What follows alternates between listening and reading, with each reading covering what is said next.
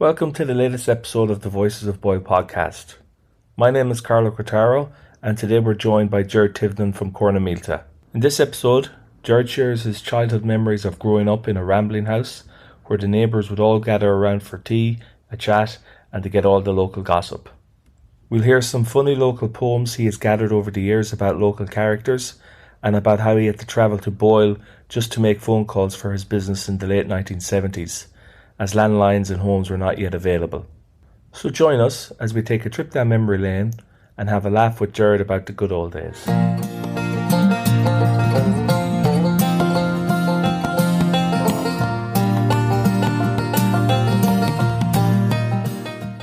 Gerard, welcome to the show. Thanks very much for coming on. Thank you very much. I'm delighted to be here with you. Yeah, absolutely. We have a few things to talk about, Gerard, over the next how long. But I suppose the first thing we should do is maybe find out where you were born and where you grew up. Grand, Carol. Well, before I get into that, I just want to welcome you out to the Tivnan household here in Cormeelta, which is, I think, it's the Hill of the Hare is known as the Hill of the Hares. That's right. I was going to ask you about that. Yes, Cormeelta. Yes. As far as we can establish, that's what it is. So, not a bad little townland, but something similar to what you'll find. And that's only 5 minutes out the road from town. Yeah, that's all. That's all, exactly. Indeed. So, to get back to your question, well, I was born here in this house on the 24th of January, 1953.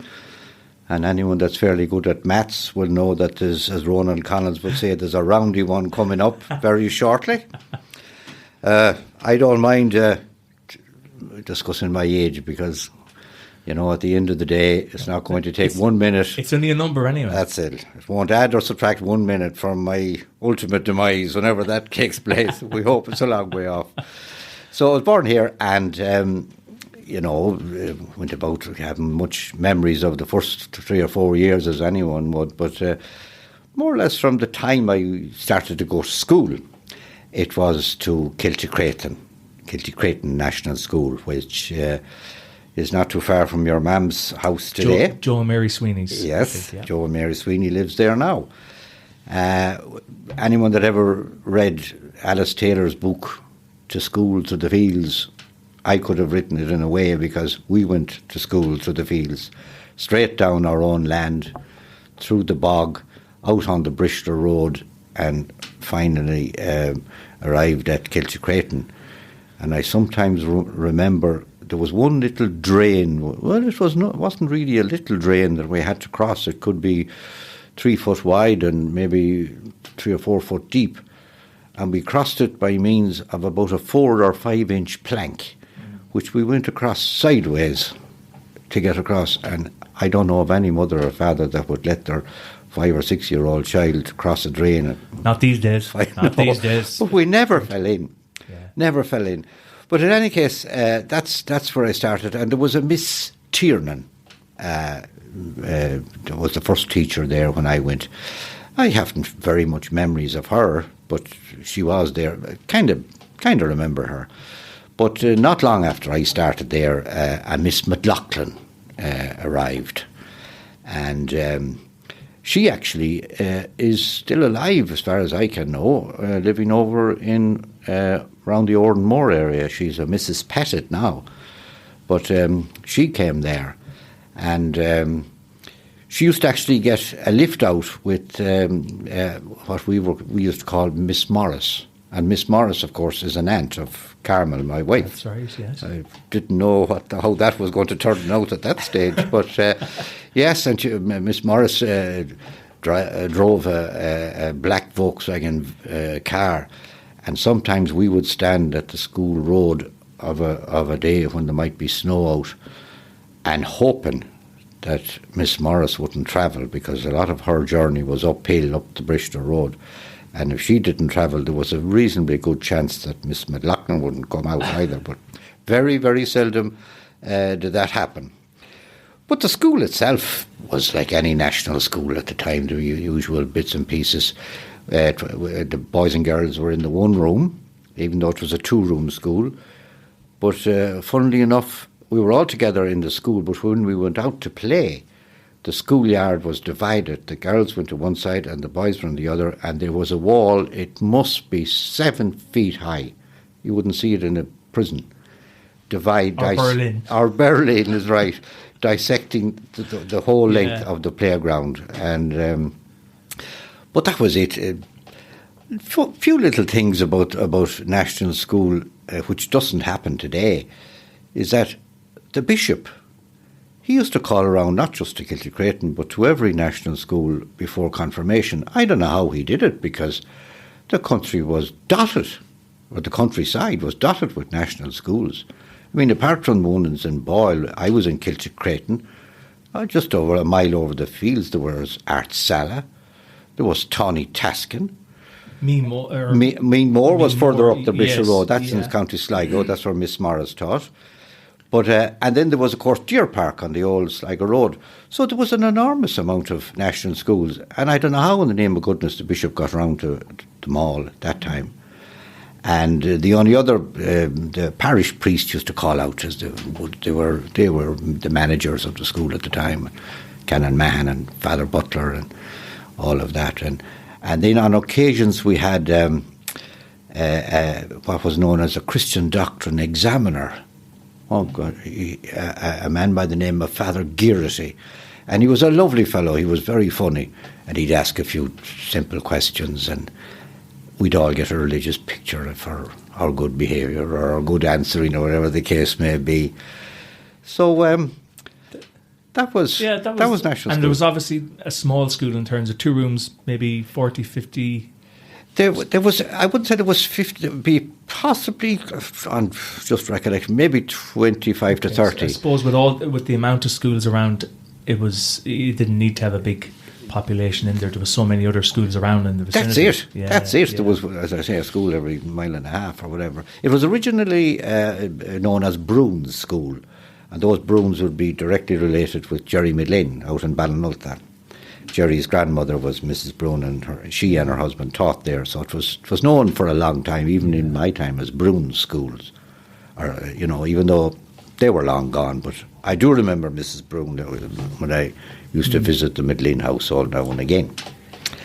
So that was about it in national school. Now that everything else was kind of normal to it, the same as everything. And so you were born in this house, and your parents then, would they have been involved in the farming industry? Obviously, yes. My father and mother, yes. Dad was into farming as well, but I think his first like was the timber business. And he actually had a sawmill down in Cox's Field. It's just as you go up to Assylin Cemetery, up past the Nair factory. And there's a little slip road then as you go up to the cemetery that takes you up to the Ballymote Road again. But right. Just at that section where that road takes you up, there was Candon's. Candon's actually had a mill, or a creamery rather, there. And my father had a sawmill, I'd say going from, I don't remember it very well now, but certainly all through the maybe late 40s, and all through the 50s. But around 1959, he took the whole lot down, the sawmill, and transported it up to Cormeelta. And indeed, Matthew, my brother, continues in the timber business to this very day. But one interesting thing about the engine that drove the sawmill, it came out of the Hurl Works in Jasper Tully's time. It's about 130 or 100, maybe 40 years old. But it actually originated in the Roscommon Hurl Works. And Matthew has it above in his shed to this day, but it's not working, but it's there to be seen. But that's where it originated, and I think it was built in England, of course. Right. A single piston engine. Geez, that's a bit of history there, isn't it? It is. And, Dad, as I say, spent a lot of his time. He loved the timber business. And he also did a bit of farming as well. Yeah. So... and growing up, did you have any family traditions as such? Was there any that stand out? Oh, yeah. Well, growing up, our house was a great rambling house, as it was called. It was people came to our house rather than my father going to a neighbour's house. Yeah. Down in Leitrim, they referred to it as Kayleen, but we called it rambling. And we would have 3-4 neighbours. Now, they might come once a week, or two of them might come one night, and two more or one more might come some other night. And they'd talk and talk and talk and tell stories, because, of course, there was certainly no television and maybe an odd radio about at the time. I'd be talking about now the early 60s. But I remember as a child listening to stories, and some of them, talking about things that happened, fairies and banshees and things that happened, and I was almost afraid to go to bed at night having listened to them. I mean, you'd hear them telling about someone died in the area, and the night before they were there and the picture fell off the wall. And of course, as we all know, the blooming twine was red rotten, and it just happened to fall that night. Yeah. And by sheer coincidence, something happened the next day. But see, some of these stories, some of them happened and some of them mightn't have happened at all. They pick up a few legs on the way. They were fairly well embellished anyway, for effect. So, I remember that. And but they were great. And one particular rambler that came, and he was almost the last of them, Michael Joe Kevill. He had his leg amputated in later years, but for years and years and years, a couple of days before Christmas, he used to bring a half pound of tea from John McLaughlin's shop to my mother. And the message was always the same: compliments of the season. Right. And that was it. So, so it was nice. But having just mentioned John McLaughlin, that's where we did our shopping. McLaughlin's is the little shop there on Patrick Street that used to be there. It's not anymore. Exactly. Little convenience store. It was. Yeah. It was. There was no supermarkets, of course. And John was there night, noon and morning. And my remembrance of it is that, it was a small shop, but he had absolutely everything. And he had more stuff hanging off the ceiling than on shelves. There was heads of brushes and heads of spades and all sorts of things, kettles, teapots, and they were used to hang from S-hooks or kind of hooks, little things out of the ceiling. The ceiling was festooned with stuff that was for sale.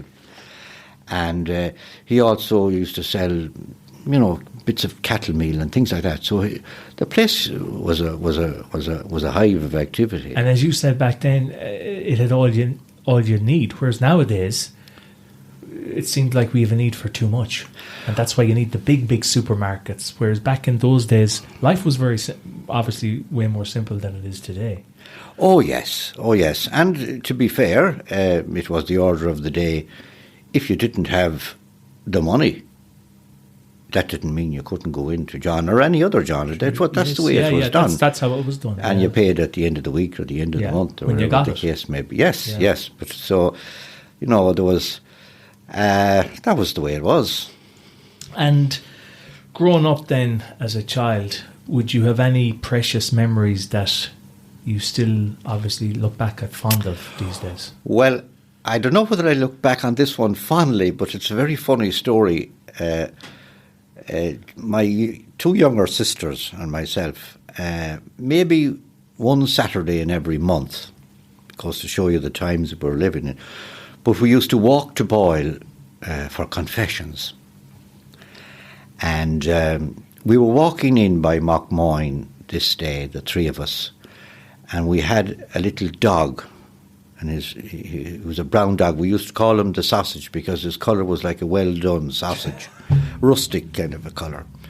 And he was coming along with us in by Mockmoyne, and at some stage he went up the steps towards some house, and there was part of Mockmoyne where you could go up a number of steps and travel in front of people's houses and come down another series of steps in a different location as you went in the road. So the dog went up anyway. We didn't pass any heed because he used to do this regularly. But he came down another set of stairs or set of steps with a full soda cake in his mouth. Now, obviously, some woman in Mockmoyne, I don't know who it was, had made a soda cake and had left it out on the window to cool, which was kind of normal at the time. But it must be a nice cake because the dog smelt it anyway. And he came down and we made it hot-footed to the church before this woman or whoever she was missed the cake because there was nothing we could do about it. Yet. And we often talked about that, yeah. You know. But, you know, there was other bits and pieces, but that's one little fond memory. Stands out. It certainly stands out, yeah, as a funny story. And characters of Boyle is obviously something that Boyle has had its fair share of over the years. Is there anyone in particular, looking back, any character in Boyle that you might have stood out in your mind? Well, there was many. You know, I referred to the people that used to ramble and tell stories, and by golly, could they tell it and embellish it, as I was saying. So I suppose they were all characters to a point. Looking back on it, they had their own way of doing things and their own character, and whatever way you looked at them, they had a funny side. But there was one man who was not just a bit of a character, but I suppose he was a bit of a poet, a chap called John Joe McGowan. Now, he lived up where, not too far from where we are sitting, only a matter of a couple of hundred, not even 100 or 200 yards up the road. And he lived in the house where actually the late Pádraig O'Gara lived, and his wife Kathleen lives there to this very day. That's where he finished his life, John Joe. But he was born and reared further up the Ballymote Road, almost before, you know, at the County Mairden, as we used to call it. Fellows might call the border now or whatever, but the County Mairden. And his homeland was very close to that Mairden. And they had a small holding, and as all the farms in the area were fairly small. But John Joe had a brother, Freddie McGowan. And now Freddie was, I didn't know him, but he was, by all accounts, he was a character too. He used to go to town with the ass and cart and have maybe a couple of bottles of porter. And it was said that some guard stopped him someday going down Patrick Street, and he should be going home, which was up. He should be going up Patrick Street. So some guard stopped him for the crack and said, "Freddie, where are you going?" And he told me he was going up to the town's clock to Turden. Now, given that there wasn't much traffic and he had only an ass and cart, that was a bit. But Freddie was a bit comical, you know. But there was also a story told about him that when he sold the land, or a farm, to a man called Tom McGuinn, he sold it to him. But he had all whatever cattle he had. I don't know if he had many, probably not, but he had all them gone, and he was getting rid of the hens, the few he had, and he had most of them all gathered up, but there was one hen that got away, and she flew up on a branch of a tree with all the excitement. I mean, she wasn't used to someone trying to catch her. So she was the only one left, and Freddie looked up at her and said to her, "You better come down," he says, "because if you don't, you'll be bird alone. You'll be the only one left." But Freddie sold the farm, and I don't know whether John Joe was pleased, but I suppose it had to happen. But John Joe, his brother, reckoned that this little farm, he referred to it as a bilberry farm. Now, they weren't sowing bilberries on a commercial basis. Bilberries grow wild out the country and on the roadside, as you know. And whether they had more bilberries than anybody else, I'm not so sure. But John Joe anyway referred to his little place as the Bilberry Farm. And he wasn't all that pleased when his brother Freddie, who was the only one left living in it, sold it up to Tom McGuinn. So in order to bring back memories of his little holding that he born and lived a good bit of his life, he wrote this little poem or a recitation called The Bilberry Farm. And this is by John Joe McGowan. And it must be 75 or 80 years brilliant. Old. Okay. So here we go now. And it went, "There's an old fuchsia tree where the gate used to be, And I think it's rather uncommon. When folks pass by, they'll heave with a sigh and say, this must be the end of Roscommon. As Fred jogged along, he sang a song. His heart was filled with joy when someone said, is that old Fred, or is it an old cowboy? I reckon, boss, you can ride a horse and cause any good alarm. I lived all me life without a wife on my little bilberry farm. Way out to the back, you face Paddy Macs, where the rushes are 7 feet high. The hares are a tearing, their whins for a maiden. It's the only spot in it that's dry. The woodcock flew down and shouted, Magown, we will never meet again, for you have caused such disgrace by selling your place to that man called Tom O'Gwyn. Well, deedle deedle, says Fred, as he shook his head, and he set the old alarm. With a hop and a jump, he made for the bus and said goodbye to the Bilberry farm. That's brilliant, so it is. You know. Isn't that brilliant, though, that that's been kept through the year? And obviously that was handed down, was it, to you? Did you find that? I did. I always was aware of it, and it was talked about. But, of course, when you're young, you haven't much heed on old stories. For sure. And it is only as time passes on that... become precious. Yes. So I had it indeed, and when I knew you were coming out to talk to me, of course, the usual, I couldn't find it, but my brother Frank... good man, Frank, had it, and he brought it over. So it certainly won't be lost. That's brilliant, so it is, yeah. Just to have that from, 75, 80 years ago. Yes. Put the words down like that with the bit of humour in it as well. Yeah. Fantastic. Yeah. And that's Tom McGuinn can't be blamed at all. Poor Tom is dead and gone as well. He put up for sale and he bought it. But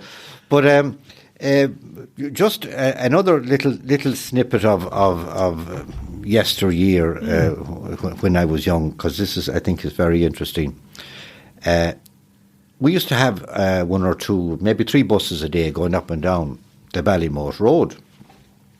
And, well, that's not great news. But you could cycle into Boyle from if you were living down in Cache. And you could put the you could put the bicycle up on the top of the bus coming home. The bus could bring your bicycle on the roof. Now, talking about health and safety, there was a narrow ladder and the bus stopped outside Daly's on its way down to Ballymote and on to Sligo maybe. And a guy that might have cycled in and maybe had a bottle of porter or that could put the bicycle up on the top of the bus, and the driver and himself struggled it up. I never saw it going on, but it did happen. And there was no bus stop out all where you stop. The bus stopped at wherever you were getting off at your gate, and that's it. And go on another mile and stop at the next man's gate. And the other thing that we used to get on the bus, which people be wondering, what the hell is he talking about? We used to get day old chickens, right, delivered to our gate on the bus. We'd have to go into town to ring up, because there was no phone line out here at the time. Ring the hatchery, give them your name and address, and they'd send the day old chicks down in a cardboard box with little holes in it. And you could hear them chirping like the devil. And usually you'd order a dozen, and the hatchery might put in 13 or 14 maybe, in case 1 or 2 might. And is that the hatchery that's down there around the Shambles? Was that different? No, it came. I'm not so sure where the hatchery was. It wasn't in Boyle at all. Oh, okay, right. It was one of these. I don't know. They don't do this kind of thing anymore. But you could get your chickens delivered on the bus. Now that bus is long gone, because everyone has cars now, and there's no need for it. But back then, as you said in the day, that you might have a bike if you were lucky. Yes, if you were lucky, is right. But you could put it up at the top of the bus to get home. You get the taxi home. Yeah. You know, what a service. Good old times though, like Yeah, that, you know. yeah. As you said, health and safety nowadays, sure, you couldn't even, anything like that, there wouldn't even be a look in on it. Yes, not a Um, look in. So did you live all your life in Boyle, Gerard? I did. When I left St Mary's, or Kiltacretan, of course, Yeah. I went into St Mary's College, did the 5 years there. At the time, there was I don't know many of the total amount of teachers, but there was 4 priests. Canon Dodd, who's deceased, Father Murray, who's deceased, Father Massimo, who's deceased, and Father Glennon, who's still alive. He's over in Galway somewhere. I'm not so sure where he is at the moment. But his last time in Boyle was when May Morris in Abbeytown died. And A few months ago, wasn't it? Or a year ago, maybe, yes, I think. yes, Yeah. Opposite the resource centre. That's right. He came down for that. But, I went there. And, of course, the first year I cycled, which wasn't too bad, certainly on the way in. Because the way in would have been handy enough. The way out would be different. But then from there on in, the free travel arrived. The bus, the free. I mean, we went on The school, right? Yes, our mode of conveyance was a minibus owned by Dermot Scanlon. There, he had a fleet of buses, and so had John J. McKenna. And I do remember the first day that it all started. Of course, there was pandemonium because it didn't all work to plan. So we went in on a certain type of bus first morning, and then in the evening when we went to come home, we went to the bus that we came in on, which was a natural thing to do. Yeah. But we were all in and settled on it, and I can remember Anthony Martin coming down and putting his head in the door and said, "You'll all have to get off because this is the bus for Smuthana," which is down on Corrigan Row. So we all had to get off again, but that was only a small detail. But going back a small bit to Canon Dodd, a very, very witty fellow. You probably, Carla, don't very, remember him. Yeah. But he was very witty, and he taught me anyway physics and a few things like that, or at least he tried to. But Canon Dodd had a way of saying things that I'm not so sure anyone else has it. But apart from teaching us the physics and the maths, one day he was talking about the ill effects of alcohol. Now, it's not that he wasn't against drink by any means, but he wanted to get across to us that if we indulged too much and maybe made it part of our life, that it wouldn't be great for our character or the way people saw us. Yeah. So, in order to get that across, he told us this little, I suppose it's a little recitation as well, and it'll tell its own story. So it went like this. "'Twas an evening in December, on a day I well remember. I was walking down the street in drunken pride, when I fell down in the gutter, saying words no man should utter. And a pig came by and lay down by my side. Well, as I lay there in the gutter, saying words no man should utter, a woman passing by was heard to say, 'Ha, ye can tell the one that boozes by the company he chooses.' And with that, the pig got up and walked away." So that was. Now, did he come up with that poem? Well, I don't know whether he did or not. I can't answer you that. But that was his he was the first man that I heard saying, putting those few words together. I cannot credit him with the originality of it. Right. That's excellent, isn't it? It is. There was, it was a way of getting across, and I suppose we have in a nice subtle way as well. Yes. And we had one more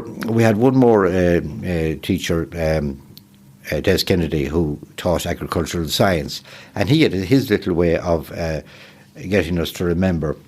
I remember one day he was talking to us about the effect of applying lime on the land. And lime, of course, for a lot of agricultural people listening to this now will know that it brings up the acidity, the pH as they call it in land, from acidity to alkaline, and it has very good effects and growth and all of that. But of course, Des was trying to get it across to us that applying lime was very good, and you'd have a good response on the first application, but you wouldn't have as good the next, and it was a law of diminishing returns. If you didn't apply in P and K, the nitrogen, phosphorus and potassium as well, so lime wasn't any good on its own. So in order for us to remember that, he used to say to us, lime and lime without manure makes both farm and farmer poor.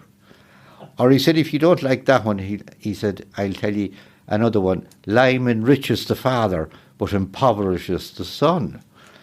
So, the fact that I still remember that bit, it's stuck. It's stuck. So those were the kind of things that went on there, and I can't say though that I enjoyed school. I was just going to say to you, ask you, back in the days of St. Mary's, as a 14, 15-year-old, like, did you enjoy it, first of all? And like, how would you sum up those days? Because obviously things are very different nowadays. Yes. You can't say, boo, look at anyone's shadow. Sure. You'd be up the courts. But how were things back then? Well, there was a small bit of capital punishment, not a lot or whatever, but it wasn't that.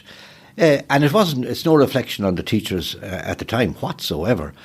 But for me, I went through the 5 years, but I cannot, people that say school are the best years of your life, well, I says, not for you. Not for me, they weren't. I didn't particularly like it. Yeah.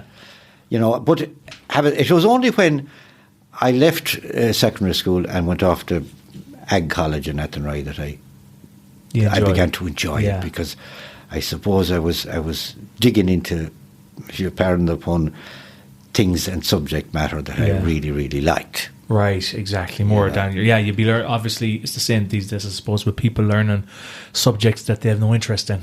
Absolutely. And it's only when you then go further, that's when you start doing what you're passionate about. Yes, indeed. And would you have had any close friends back then that you've maintained that friendship over the years, or have they fizzled out as such? Well, of course, at the time once school finished, for the most part, everybody scattered. Now, one of my closest friends, and poor man is dead now since, God rest him, Michael Medlin. He was with me in national school all through the period and all through St. Mary's.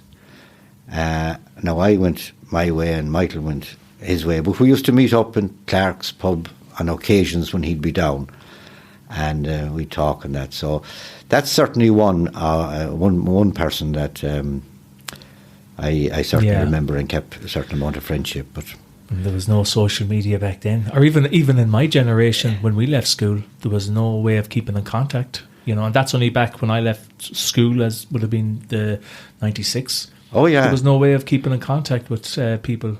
Outside of... Oh, no. Of course, I was almost 10, I'd say, when electricity came into our house. Right. Yeah. Because you know what, Carla, they talk now about, broadband, the rollout of broadband.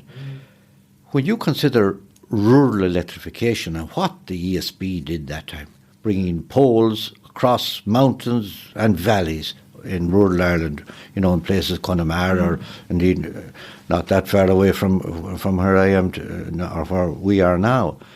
I mean, it was a fantastic feat. Yeah. To do it. Now, it took a few years, but... Was Boyle I remember reading something, I can't remember where, but was Boyle the first town in Ireland to get something like... was it electricity, or was it the street lights or something? Well, Boyle, of course, had Stewart's lighting. I think it was that. And Boyle, I'm open to correction on this, but Boyle as a town would have electricity when other towns didn't.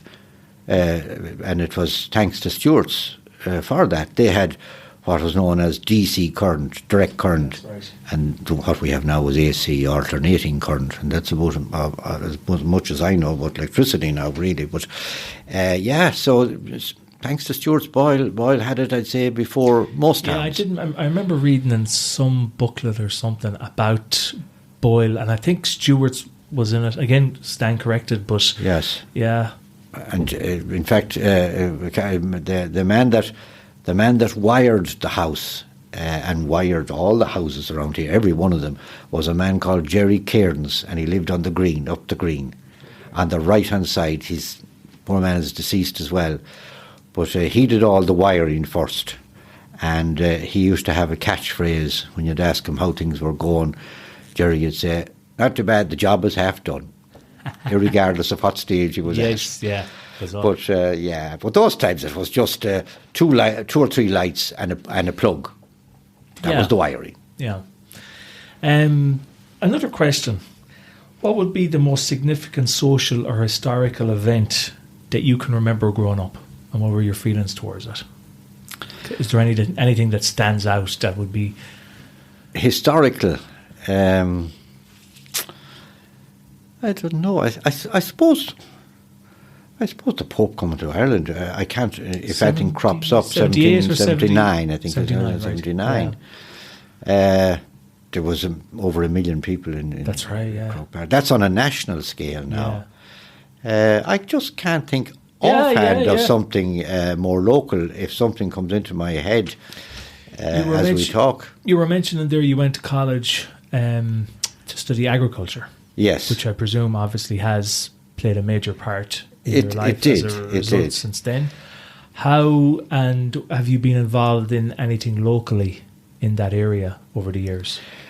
Well, not directly involved in the sense of IFA or that, but after I went to Athenry in the early 70s and spent a year there, I went for a few weeks to work in a place called Lyons Estate, which is the farm that is owned by UCD for research purposes. And I went to work in the what they described. I thought the job was mighty. Working in the swine husbandry department. That's what they told me. But now it wasn't quite as nice as what it sounded. But I went there for a few weeks, and that was a bit of an experience, all right. But after that, then I decided to do farm management. It was called the farm apprenticeship. It was a 3-year course, and really what it was is that you were placed with what was called master farmers, and they were nearly all down the south.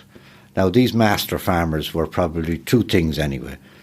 They were big and efficient. Right. And I suppose maybe some of them were good at imparting knowledge. My first assignment in October of would it be 72 or thereabouts was to a man called Billy Finnan. William Finnan down in a place called Kilross, which is between actually Tiptown and Mitchelstown, out that between those two towns. And he was a dairy farmer. He had about 140 or 50 cows at the time. Fully developed farm roadways throughout his farm, paddocks divided, water in each paddock and all of that. So he was very well established even at that time. And I spent 2 years with him, working and living and soaking up as much information as I could from him. And he was very good at imparting it, might I say. And I had a lot to learn, obviously, coming from small little place where I am, down there and thrown in at the deep end. It was trying at times, but however, I really enjoyed it. Yeah, and that was your passion, as you said. It was, and whilst there, I joined Macra Firma, which was a great thing, and we used to. Mostly during the summertime now, we used to do public speaking and panel speaking and drama all over South Tipperary. The club I was attached to was a club called Mount Bruce. It was near enough to Kilross. So I got a good grounding in that area, and it was great crack. And then during the summer, there was every Sunday evening, there was what was known as a field evening. Every club would hold their own annual field evening. Now, what was a field evening? Well, it was held on a farm, usually about from 6 o'clock in the summer's evening, and there would be tractor backing and veterinary quizzes and livestock judging and many, many more other things. Went on for about, almost until it got dark, maybe 9:30, 10 o'clock. And the winning team then, everyone would go then to the Mockra dance. There'd be a dance that night in that club's area. And the winners of that day's field evening would be presented with their plaques and their prizes at the dance that night. And then the following Sunday, we'd go to somebody else's field evening. Yeah. Same thing again, more or less. Maybe it's like all summer long. All summer long, every Sunday evening. Certainly during the summer. Yeah. But it was great fun. Yeah. And we got to know so many people. Of course. You know, them kind of days they're long gone now in terms of there's the innocence of doing things. It's I always think technology has evolved so much that we're getting lost in it, and that we're losing the ability to just sit in each other's company like you did back then in those days without devices and that. And unfortunately, it'll never change. It'll never go back to that. But at what cost? I always think at what cost? We're losing out the ability to converse with each other. You know, like even what we're doing now is, you know, just having a normal conversation. But I think, especially the younger generations coming through, it's tough on them because they won't have known life without a screen in front of them. Oh, not at all. Whereas at least even my generation, obviously social media has played a huge part, but at least I can remember life before the internet, before Google, Facebook, all these things. Whereas the younger generation, they don't. Oh, no. So, it's tough on them, I think. You're dead right. Well, I established a pig breeding unit in 1979. And when I came home for the first 3 or 4 years, I had to actually go to town to make a phone call. And there was a phone box outside Paddy Purcell's. There was one on the bridge. There was one in the post office. And there was one just a small bit up the crescent beside the health centre. And that's where I had to go to make a phone call. And sometimes whoever I was looking for would say, "He's not here, can I call you back?" And I said, "Well, no, you can't. No. I have to go home." So that went on for 3 or 4 years, and I had to be in business. So certainly have seen it all in terms of when you mention about technology. Just to see how it's changed so drastically. Yeah. And it's no sign of slowing up either, unfortunately. No. Yeah, one begins to wonder, will the next 20 years bring as much change in technology as the last 20? It's hard to know. Well, yeah. I had that discussion with someone before, and I think it's going so fast that if we were to be transported now 20 years into the future, I think we wouldn't know what's going on. Yeah. Really. And it's the same way if you were to take someone from 20 years ago to now, just with everything being digital. Yes. Soon the money will be digital, unfortunately. It will. You know? It will. Imagine the day, I think, when you were young, you had the coins and the notes. Yes. And then the credit cards started coming in, in the last couple of decades or whatever. But that's all good. I can't even imagine a day when all that will be gone. Everything will be just pointing a phone at a screen, and that's how you pay. Because when I remember when I started first in business, and checks were the order of the day. And if you did a job for me and I wrote you a check to pay you for your services, you went into the bank, or you might go into a pub to get it cashed. Yeah. But a week later or a fortnight later, or maybe a month, I can't remember, the bank is to send me back that check again. And sometimes I could know that you cashed it in a pub because the signature of the pub owner would be written on the back of it. They'd return these checks and all that's gone. But that used to go on. Yeah, of course. With the banking system at the time. Yeah. So, gee. Have you any standout memories of Boyle as a town? Like, back in the day when we had all the pubs, even when I was a young fella.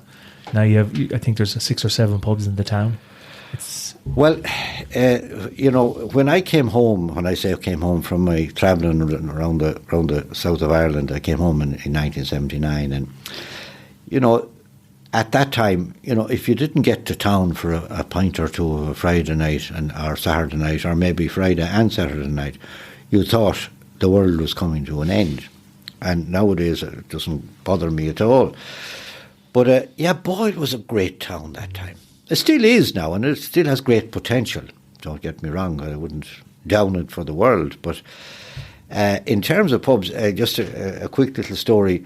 Shamie Flaherty was telling some man there not so long ago that when he was young, the Master Finan asked him how many counties were there in Ireland. And whether Shamie answered him or not, I don't know, but Shamie was telling Pádraig McGrath, the butcher, not so long ago. He said, well, I tell you a way of remembering now. He said, you have 32 teeth in your head. There's 32 counties in Ireland, and there's 32 pubs in Boyle. Now, says Shamie, I haven't that many teeth in my head now. There's still 32 counties, but there's not too many pubs. But no, it was a great. I mean, there was, I remember indeed. I have film footage that I might have to get on some more permanent fixture of Heritage Day that was on. It fizzled out, unfortunately, but I have a grand bit of footage spread over 2 particular Heritage Days in Boyle. And a lot of people that are on it now actually are gone, are dead. What year roughly? Gosh, I can't remember offhand. Or maybe what decade would it have been? Oh, 70s, it would be the 80s, I'd say, or 90s, maybe 90s, 80s, certainly 80s or 90s. The late Kevin Meehan playing the saxophone on the bridge. I heard his name, yeah. And Patricia Daly, who lived up Tidy Terrace or up there at Mockmoyne, dancing to the tune out on the footpath. And Jim C. Clarke had I don't know, was it the Thon Bocul or Queen, the Queen Maeve's bull? He had a stuffed up bull in full white outside the pub, and it looked pretty well. And things like that, and of course people going around in period dress, and you maybe remember some of that yourself. And I know that at one stage there was a machine outside Loganot's for what do they call it? Not making material now, but it got to just come to me now. But it came down from Donegal, from McGee's in Donegal, and that was there, and things like that. And I suppose there was I remember. Foolishly enough, I took part myself at one stage, not during the Heritage Week now, but at some other Boyle festival, in a race whereby you would stop at every pub and have a beverage, and it was, looking back on it, it was ridiculous, and we had to. It was the man on the stretcher had to have a beverage. I remember hearing stories starting above at O'Dowd's pub in Elphin Street, and there was a good few more pubs in Boyle that time than there are now. For sure. But and I was one of the stretcher bearers, and it was a question of how quickly you could do it, because there was several other teams of 4 and one man on the stretcher involved, and it finished in Clark's, and. When the man on the stretcher didn't have a seizure, I don't know. It was crazy. It was crazy. It was crazy.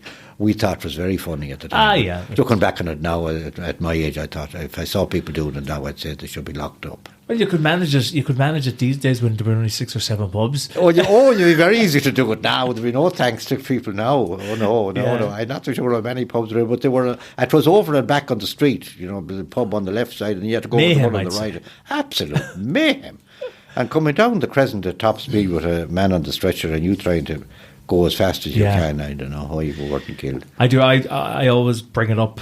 But I always remember, for me, was the Gala Festival days. You probably remember. Oh, yes, I do. I used to love them as a kid, and they're still my fondest memories of Boyle are the Gala Festivals. But you were involved in the musical society in Boyle for a number of years. I was. I think I did 7 productions altogether, starting with Showboat. Right. And remember taking the part of a fella called Ravenel. So, and singing alongside the late Rosaline Moran. You know, a wonderful. Wasn't it Barry to Bar? Yes, indeed, a wonderful lady. And Rosaline was, when I started off, Rosaline was more used to the stage than me, and I'd be a bit nervous, of course. And she'd give you a gentle squeeze on the arm if we were doing a duet and settle you down, and she'd make you at ease, and she was wonderful, really. And would Frank O'Mahony have been the... Yes, Frank indeed. Yeah. Frank was the man. He is, for me, and I've never been involved in the society of that, but it was always Frank O'Mahony's name was always synonymous with, for me, Boyle Music Society. Yes. And we were very fortunate to have a man like Frank O'Mahony. Oh, absolutely. Gifted. Gifted is right. And only for him, a lot of things, certainly the musical, as we know it today, wouldn't have started. And we were also very fortunate with the wonderful pianist May Conroy, first of all. May was there, and then we had Anne Keelty, who's still in existence. And we thought when May said she was going to give it up, we thought she was irreplaceable. Yeah. And on the face of it, she was. But we were again so fortunate when Anne Keelty arrived. We couldn't believe our luck. But a very funny incident I had with poor old May when we were doing Showboat, and I was rehearsing this song, and I went out to May's house, out Abbeytown, and May was there, and she was a wizard on the piano, and I was doing my best singing it anyway. The music sheet was out in front of me, and I could see it as well, and I must have made a mistake. Must have gone up, or it should have gone down in voice or in tone or whatever the case may be. And May said, "Sure, look at, can't you see it there?" And I couldn't read music, or still can't at this very day. I said, "May, you could have it turned upside down and it would mean the same thing to me." And she took a big fit of laugh. And, she just couldn't maybe understand that, I couldn't see it as if it was reading a passage out of a book. Yeah. But, we had great memories, and I don't know how we stuck it, because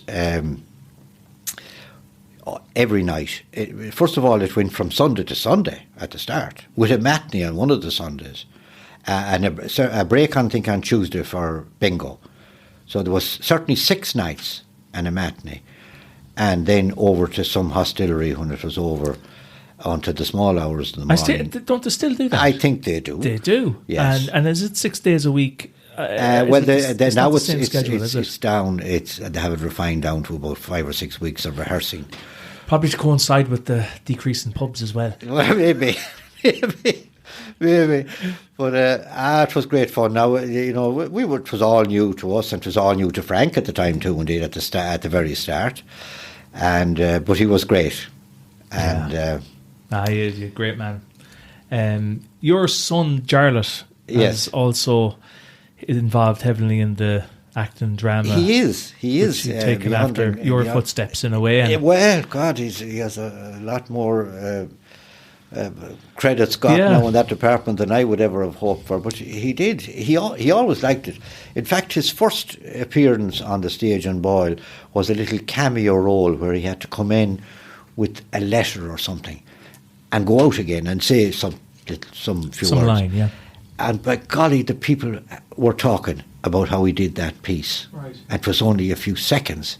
So he obviously had something. He had something. And Jarlath is now in Galway, but he started off with Maria Tivnan, his first cousin, and Maria established her own theatre company, which is still in existence, and they have done many, many plays together. Jarlath has written a number of plays himself, has performed all over the country, the Gaiety in Dublin, and on a number of occasions. And at one time he performed alongside Pat Short in this Martin McDonagh's Skull of Connemara. Right. So nice. And he has done that certainly twice, and he has acted all over the country. In That's great, Cork, isn't it? And Limerick, and and he's at the moment, actually, they're putting together a musical encompassing the Saw Doctors, which I hope, or it's hoped that it will come to fruition as a musical kind of, I don't know what they'll call it. Yeah. But they're currently working on it. So, yeah, he loves it. That's he absolutely brilliant. loves it, and he's never happier than on the stage. Yeah, that's. I always remember going back to what you said there about it. They talked about him doing them few lines. Yes. I always remember when I was young, Chris O'Dowd was actually involved in a couple Yes. of them, and I do remember people saying back then Chris had some part to play, and he did some bit of improvisation during it that wasn't meant to be done. Yes. And they were just talking about this afterwards as like, geez, he was destined for something. It was just the way you were Yes. saying that about Jared. It's like it's mad how some people can see something in someone, Of and course. then to go on obviously and get involved in that industry Yes. at a bigger level. Yeah. He certainly has performed many times over the years in the theatre in Galway, many times, and indeed in the Miclally Theatre and Nuns Island and all over really. But And that's his profession now. it is. That's it is. brilliant to make a career out of that. As I say, he does quite an amount of writing and has written full three-act plays and a number of other pieces as well. Yeah. So he's constantly evolving too. And, Of course. And he's based over in Galway, is it? based in Galway. That's brilliant, Exactly. So there's certainly drama in Cormeelta. Absolutely. The Hill of the Hare. The Hill of the Hares. Yeah. I always kind of end up finishing up asking, is there something I haven't touched on or talked about that you'd like to add in, Gerard, at the end? Is there anything? Well, I suppose to finish off, and I don't mean this in a bad way, talking about myself, but I did a big U-turn then in my career. As I say, I established the SOW unit in 79, and I stayed at it for 20 years. And then events took over in the sense that I'd want to have at least quadruple the unit in size to make it viable, and I didn't, and I wasn't really a bit sorry for that. So after that, I went off and did a bit of work with Roscommon Partnership, training young farmers on courses and so forth and so forth. And then for the last 18 years of my working life, let's say, I was supervisor of community employment in Boyle. And I have to say that the lads and girls I met there, it was the happiest time of my life. I loved the work. I loved the crack at the 10 o'clock break, the news, anything that happened in Boyle the night before. The gossip. The gossip. And everyone had a story coming from their own perspective. Yeah, of course. And we got a lot of work done as well, and it's still there around the town, over towards the Bailey Bridge. The fine wall is akin to the Great Wall of China, nearly. It's so long. We were a couple of years at it, but it's a long wall, and it has saved a few houses from the Boyle River coming in on top of them since. True. But I really liked that, and it was actually during that period when I started first that FOSS was the people that ran that scheme, but then the Department of Social Protection took it over subsequent years. We had to go on a supervisor's course in the first year, and that took us to several parts of the country for a week-long course, and to learn the skills of how to be a good supervisor. And it was during one of those weeks away that someone suggested that there was an opportunity to do a diploma in frontline supervision, they called it. And it subsequently turned out that this diploma became a degree course. They changed it just after I started. So that took me off to the college in Dublin, National College of Ireland in Dublin. And for 3 years, from October to March, I went up every second Saturday. Got up at 5:30, drove to be in the National College of Ireland at 9 o'clock, spent the day there, and culminating in a degree in human resource management. So I went totally away from agriculture and went to people management, if you like, instead of just a different thing. And I enjoyed that too, because it brought me into a kind of a better understanding of human beings and human behaviour and how to treat people. And if you wanted to, during my term on the community employment, if there was things to be done, or there was a way of asking it. Yeah, a bit of diplomacy. And have feelings for people, and realise where people were coming from, and maybe you might have it in your head what you wanted, but maybe they didn't, and taught you about how to communicate better and demonstrate. An important better. skill. An important skill that sadly a lot of people don't have anymore. No. So. So were you wouldn't have been involved in the first Arch of Rockingham or any of that development, or King House or any of them? No. I when you mentioned Rockingham, I was involved in I wouldn't call it a festival. That it was Frank Geelan organised the reenactment of the Battle of the Curlews. That was 99, was it? Well, it could be around that. I think it was 99. No, I was involved in that. Okay. Along with Frank, and it was Eddie Mailer was in that as well. That's right. And, that's right. Marie Paul Egan, I think. Yes. So it was a big affair. It was a huge. I wasn't around for. I don't know where I was, but I remember seeing pictures of it, and it was a huge outfit. Yes. For that. Yes. And I was involved in that, and I also had a small involvement in the Special Olympics when it came to Boyle.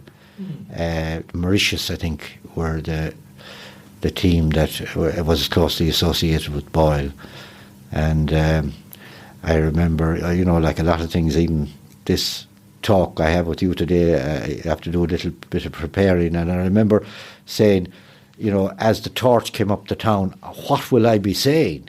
To try and get the momentum going build up into a huge crescendo, if you want to call it that way.